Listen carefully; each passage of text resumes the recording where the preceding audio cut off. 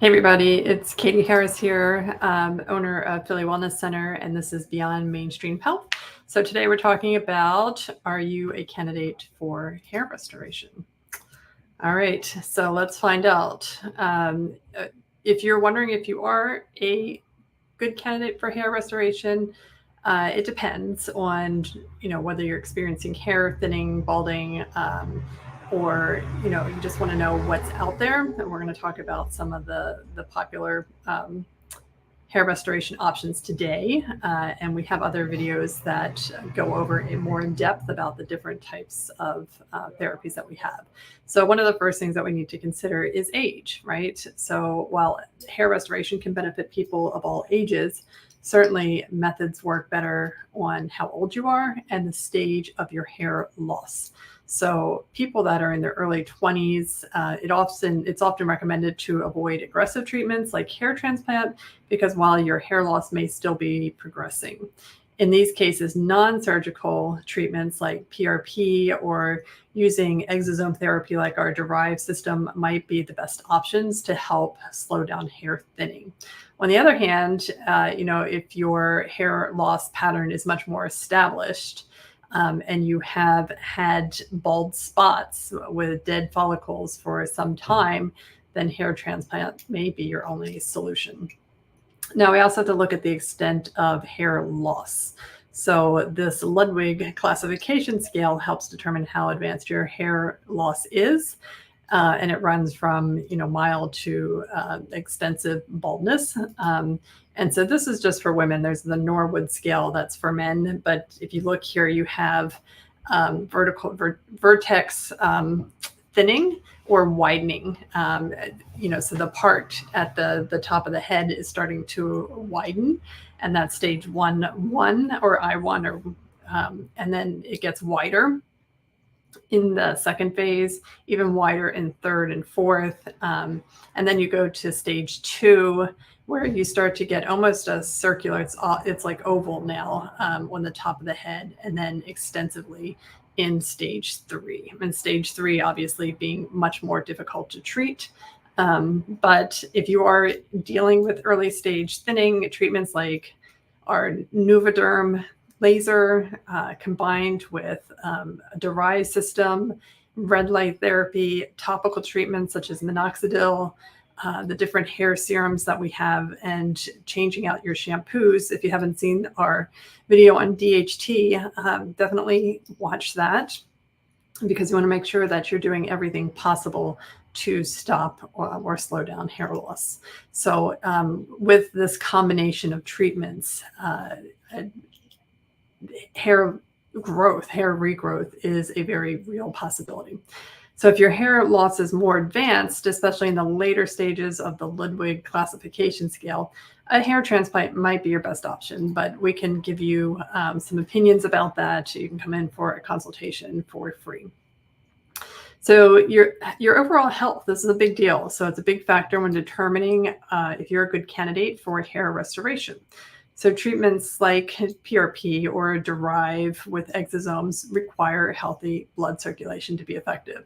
So conditions like diabetes or autoimmune disorders are going to affect your results. So we need to get those under control as well. And we do have a lot of peptides and therapies that we can use to help manage diabetes and autoimmune disorders.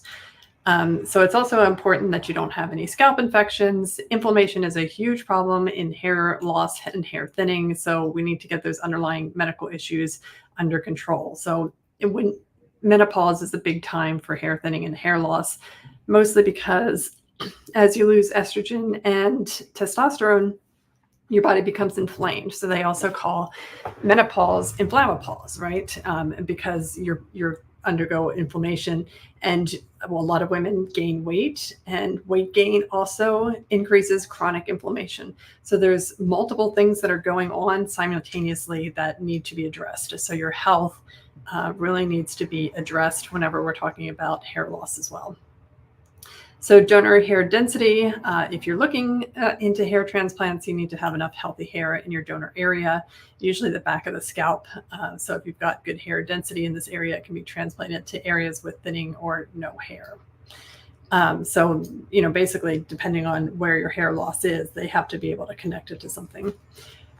Keep in mind that the more hair that's available in your donor area, the better the outcome. But don't worry if you're lacking density in some spots. The hair transplant surgeon will, if there's enough, they can still work with it. And then realistic expectations. One of the most important factors is realizing that hair restoration doesn't necessarily give you the hair that you had as a teenager, or some of the beautiful models out there with volumes and volumes of hair. Depending on the treatment, you might need multiple sessions, and we recommend a minimum of 6 months, so that the results are going to take months to fully appear. So you have to give it at least 6 months to see improvement. PRP and Rive, they can gradually improve hair thickness, but hair grows very slowly. So it's not an overnight fix. Hair transplants, on the other hand, may require up to a year before you even see results. So either way that you do this, it's going to be a process, and it's something that you have to commit time and money to. And of course, psychological readiness, it's important to consider how mentally ready you are for this process. Hair restoration is an investment, like I said, of time and money and patience. So you have to be prepared for follow-up treatments and understanding the recovery process, and especially for transplants. That's essential. So who is a good candidate for hair restoration? So let's recap. Age matters. So younger patients will definitely benefit from non-surgical options, probably more so than people that are in their 40s, 50s with poor health. If there is just mild thinning, PRP and Rive is an excellent choice, can help significantly. More advanced loss, we might need to do some injections, particularly peptide injections, and really look at your health. And then if it's really severe or the follicles are dead, you're going to have to consider a transplant. You want to be in good overall health for best results. For transplants, you do need healthy hair, donor hair, and hair restoration is something that takes time. You have to be prepared for that commitment.